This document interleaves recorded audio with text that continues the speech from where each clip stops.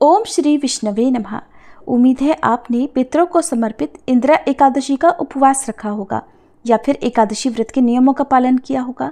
अब आप ये भी जानना चाहते होंगे कि हम एकादशी व्रत का पारण कैसे करें, किन किन बातों का ध्यान इस दिन रखें, क्या खाकर व्रत का पारण करें ताकि आपके द्वारा रखा गया व्रत पूर्ण हो जाए। तो इसी विषय में आज की इस वीडियो में हम चर्चा करेंगे।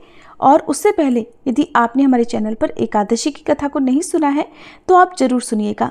साथ ही हमारे चैनल पर हर दिन सुबह के समय पौराणिक कथाएं सुनाई जाती हैं, जिन्हें अगर आप सुनना पसंद करते हो तो चैनल को सब्सक्राइब करके कथाएं भी जरूर सुनिएगा।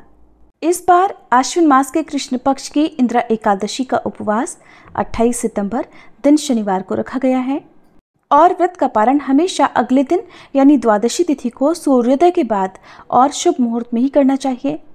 और द्वादशी तिथि की शुरुआत 28 सितंबर शनिवार को दोपहर 2:51 से होगी, जिसकी समाप्ति 29 सितंबर रविवार को दोपहर 4:47 तक होगी। इस बार की एकादशी और द्वादशी दोनों ही दिन बहुत ही शुभ संयोग बन रहे हैं, जो कि सर्वार्थ सिद्धि योग हैं। 29 सितंबर रविवार को सूर्योदय सुबह 6:21 पर और सूर्यास्त शाम 6:12 पर होगा। ब्रह्म मुहूर्त सुबह 4:45 से 5:33 तक और इस दिन पूरा दिन ही साथ योग रहेगा। अभिजीत मुहूर्त सुबह 11:53 से दोपहर 12:40 तक और राहु काल जो कि अशुभ मुहूर्त होता है दोपहर 4:30 से शाम 6 बजे तक रहेगा। हरिवासर का समय 28 सितंबर शनिवार को ही रात 8 बजे तक समाप्त हो जाएगा और एकादशी का उपवास खोला जाएगा 29 सितंबर रविवार को सुबह 6:21 से 9:05 के बीच में। इंदिरा एकादशी व्रत खोलने के कुछ विशेष नियम होते हैं जिन्हें ध्यान में रखना चाहिए।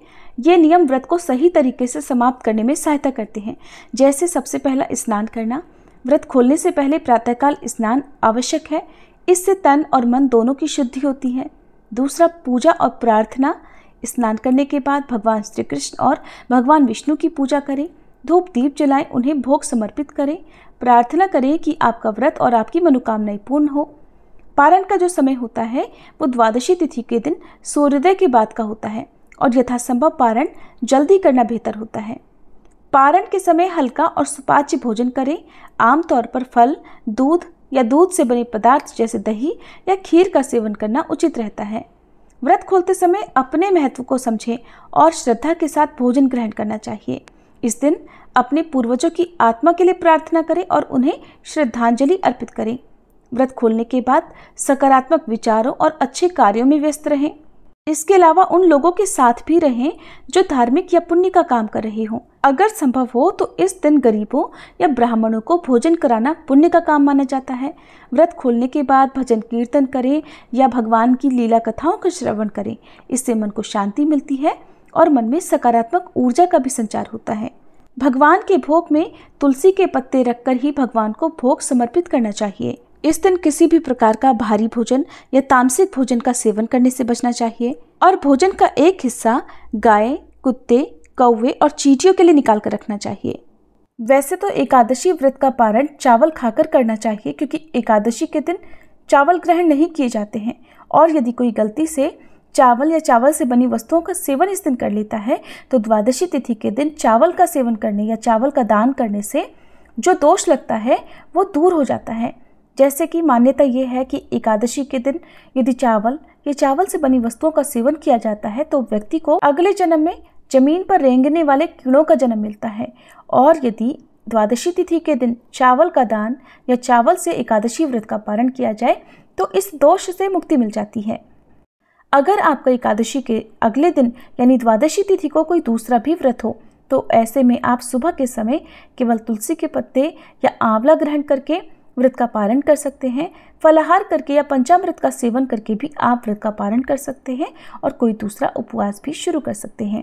ये तो थी व्रत पारण की जानकारी। अब आप सुनिए पितरों को समर्पित एकादशी श्राद्ध की कथा। उत्तराखंड में भगवान बद्रीनाथ के चरणों में ब्रह्म कपाल है। स्कंद पुराण के अनुसार इस स्थान पर पिंडदान करने का फल गयाजी, पुष्कर, हरिद्वार, काशी में किए गए पिंडदान से 8 गुना ज्यादा मिलता है। ब्रह्म कपाल में पितरों को मोक्ष मिल जाता है। आपने गया जी के बारे में तो बहुत सुना होगा, लेकिन अगर आज आप ब्रह्म कपाल के बारे में पहली बार सुन रहे हैं तो कमेंट करके जरूर बताइएगा। ब्रह्म कपाल में पितरों को मोक्ष मिल जाता है। गरुड़ पुराण के अनुसार ब्रह्म कपाल में जो अपने पितरों का पिंडदान या तर्पण करता है उसके कुल के सभी पितृ मुक्त होकर ब्रह्मलोक को चले जाते हैं और ब्रह्म कपाल में पिंडदान करने पर फिर और कहीं पिंडदान करने की आवश्यकता नहीं रह जाती। सिर्फ श्राद्ध पक्ष में पितरों की मृत्यु की तिथि पर किसी ब्राह्मण को भोजन करवाना होता है। मान्यता है कि पितृपक्ष में पितृलोक के द्वार खुलते हैं और सभी पितर अपने अपने पुत्र आदि के अपने परिवारजनों के घर जाकर स्थिर हो जाते हैं और अपने द्वारा निमित्त किए गए तर्पण, पिंडदान, भोजन आदि का इंतजार करते हैं। श्राद्ध कर्म नहीं किए जाने पर पितर रुष्ट होकर वापस भी चले जाते हैं और फिर मनुष्य के जीवन में कठिनाइयों का, दुखों का दौर शुरू हो जाता है। श्राद्ध शब्द श्रद्धा से बना है, इसलिए इस कार्य को श्रद्धापूर्वक करना अत्यंत आवश्यक है। एक पौराणिक कथा के अनुसार एक बार ब्रह्मा जी अपनी मानस पुत्री पर मोहित हो गए। उनके इस कृत्य को देखकर भगवान शिव ने त्रिशूल से ब्रह्मा जी का सिर धड़ से अलग कर दिया। तभी से ब्रह्मा जी चतुर्मुखी कहलाते हैं, वरना पहले उनके 5 सिर थे। जब भगवान शिव ने अपने त्रिशूल से उनका 5वां सिर काटा तो वह सिर भगवान शिव के त्रिशूल से चिपक गया और फिर भगवान शिव पर ब्रह्म हत्या का दोष लग गया। भगवान शिव कई तीर्थ स्थलों पर गए लेकिन उन्हें कहीं भी ब्रह्म हत्या से मुक्ति नहीं मिली। तब बद्रीनाथ पहुंचकर ब्रह्मा जी का वह कपाल शिव जी के त्रिशूल से छूटकर अलकनंदा नदी के समीप जा गिरा। इसीलिए इस स्थान को ब्रह्म कपाल के नाम से जाना जाता है और इसी स्थान पर भगवान शिव को ब्रह्म हत्या से मुक्ति मिली थी और इसीलिए यह स्थान इतना पवित्र है। कहते हैं कि पितरों की कामना होती है कि उनके वंश में से कोई भी संतान बद्रीनाथ में जाकर उनका पिंडदान करे ताकि वह मुक्त होकर वैकुंठ लोक को जा सके। ऐसी मान्यता है कि ब्रह्म कपाल में रविवार को श्राद्ध करने से आरोग्य की प्राप्ति होती है, सोमवार को सौभाग्य की, मंगलवार को श्राद्ध करने से विजय प्राप्त होती है, बुधवार को श्राद्ध करने से कामना सिद्ध होती है, गुरुवार को धन लाभ और शनिवार को श्राद्ध करने से दीर्घायु प्राप्त होती है। ऐसी मान्यता है कि महाभारत के युद्ध के पश्चात पांडवों ने गोत्र हत्या के पाप से मुक्ति पाने के लिए ब्रह्म कपाल में भी अपने पितरों का पिंडदान किया था ताकि वे गोत्र हत्या के लगे पाप से मुक्ति प्राप्त कर सकें। अब आपको सुनाते हैं पितृपक्ष की एक बहुत ही रोचक कथा। एकनाथ जी महाराज उच्च कोटि के संत थे। एक बार पितृपक्ष के दिनों में एकनाथ जी महाराज के घर पर ब्राह्मणों के लिए भोजन पक रहा था। तभी उस समय कुछ गरीब भिक्षुक वहां से गुजरे। उन्हें बनते हुए पकवानों की बड़ी अच्छी खुशबू आई।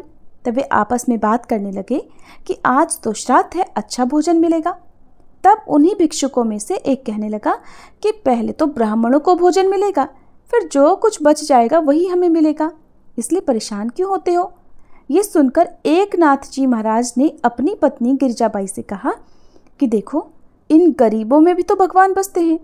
इन्होंने कभी भी अच्छे स्वादिष्ट भोजन ग्रहण नहीं किए होंगे और आज मैं ये चाहता हूँ कि मैं ये भोजन पहले इन गरीबों को करवा दूँ, उसके बाद हम श्राद्ध का भोजन ब्राह्मणों को भी करवा देंगे। क्या तुम फिर से ब्राह्मणों के लिए भोजन बना दोगी? तो गिरिजाबाई ने हाँ कह दिया। अब तो एकनाथ जी महाराज ने बड़ी श्रद्धा से, बड़े प्रसन्न मन से वह भोजन उन गरीबों को करवा दिया। इसके बाद गिरिजाबाई फिर से नहा धोकर चौका साफ करके ब्राह्मणों के लिए भोजन तैयार करने में जुट गई। लेकिन तब तक पूरे गांव में ये बात फैल चुकी थी कि आज एकनाथ ने ब्राह्मणों के लिए बना भोजन किसी और को खिला दिया।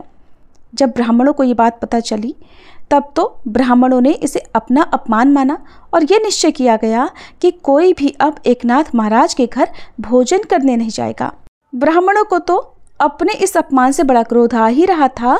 उन्होंने 2 लठधारी हट्टे कट्टे ब्राह्मण एकनाथ के घर पर खड़े कर दिए ताकि एकनाथ महाराज जी के घर कोई भोजन करने ना जा सके। जब भोजन तैयार हो गया तब एकनाथ महाराज जी को पता चला कि कोई भी ब्राह्मण उनके घर भोजन करने नहीं आएगा। तब उन्होंने क्या किया कि अपनी संकल्प शक्ति और तप शक्ति से जो ब्राह्मण नहीं आ रहे थे उनके ही दादा, पिता, चाचा और परिवार के बाकी मृत लोगों का आह्वान किया जो पितर बन चुके थे। वो सब के सब तुरंत ही प्रकट हो गए और फिर एकनाथ जी ने उनसे बड़े सम्मान के साथ कहा कि आप सभी मेरे यहाँ भोजन ग्रहण कीजिए। फिर वे सब ब्राह्मण एक पंक्ति में बैठकर भोजन करने लगे। जब आचमन के समय गाए जाने वाले श्लोक की आवाज़ बाहर खड़े लठधारी ब्राह्मणों के कानों में पड़ी तो सोचने लगे कि हमने तो अंदर किसी को जाने नहीं दिया, ये एकनाथ किसको भोजन करा रहा है। जब उन्होंने दरवाजे के भीतर झांक कर देखा तो वो दंग रह गए।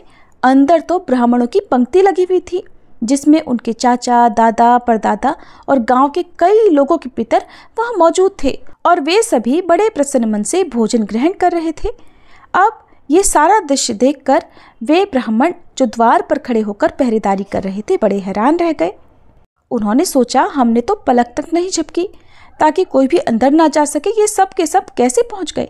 अब वे दौड़े दौड़े गए और सभी गांव वालों को खबर कर दी कि हम तो बाहर द्वार पर पहरा दे रहे हैं, उधर एकनाथ के घर पर हमारे पितर श्राद्ध का भोजन कर रहे हैं। सुनते ही सारे लोग एकनाथ के घर के बाहर जमा हो गए। उस समय एकनाथ जी महाराज उन पितरों को विदाई दे रहे थे। ये देखकर अब तो सभी गांव वालों के सिर शर्म से झुक गए और उन्होंने एकनाथ महाराज जी से क्षमा मांगी।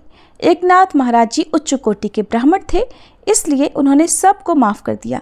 एक सच्चा योगी अपनी संकल्प शक्ति से पितरों को भी अपने समक्ष प्रकट कर सकता है, ये आज उन सभी ने अपने सामने साक्षात देख लिया था।